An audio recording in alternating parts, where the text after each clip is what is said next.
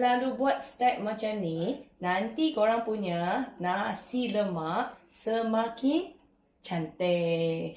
Like, share video ini. Kalau tidak, nanti hilang. Okey, pertama sekali, tangan kita rapat. Okey, jangan terangkat bahu. Turunkan you punya bahu. Tegak panjangkan you punya leher. And then you punya tangan angkat.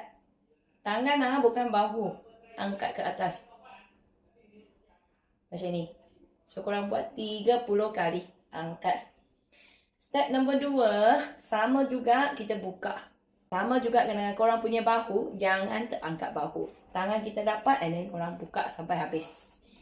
Buka sampai habis. 30 kali juga. Okay, step nombor 3, tangan kita letak kat belakang. Tangan tegak, bahu turun, tegakkan. Pergi cari belakang macam ni. Semua you akan rasa dekat you punya nasi lemak. Baru jangan belajar nasi lemak tu tempat mana. Okey, lagi korang kalau nak cepat lagi kempis perut juga dengan senaman ini, korang belajar kemut perut.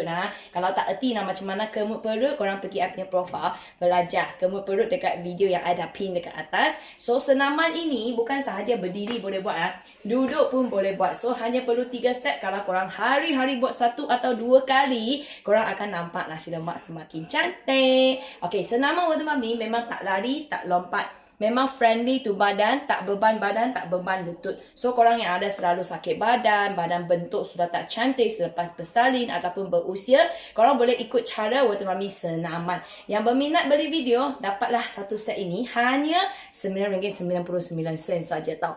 Bukan saja bagi you nasi lemak naik. Bagi you punya punggung, peha semua sekali cantik kemas. Perut kempis, pinggang kecil, ikan duyung punya bentuk badan. Lagi satu, bagi korang punya badan bertenaga, tak ada letih-letih. So, korang yang ada sakit bahu, sakit leher, sakit pinggang, sakit kaki, sakit lutut, sakit tapak, sakit tumit, sangat sesuai senaman dengan Water Mummy. So, dapatkan satu set video dengan admin. Nombor ini ada letak kat sini. Korang cari dia melalui WhatsApp atau Telegram.